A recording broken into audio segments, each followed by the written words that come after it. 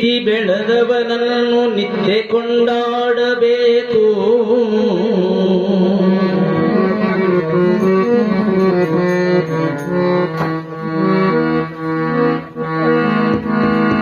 ಗುರುವಿಗೆ ಅಪಕೀರ್ತಿ ತರುತ್ತೀಯ ನರನನ್ನು,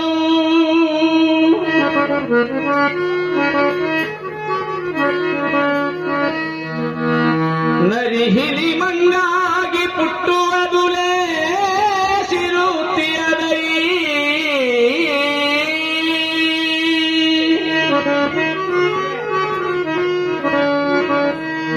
ನರಿಹಿಲಿ ಮಂಗಾಗಿ ಪುಟ್ಟುವುದುಲೇ ಇರುತ್ತಿಹದೈ.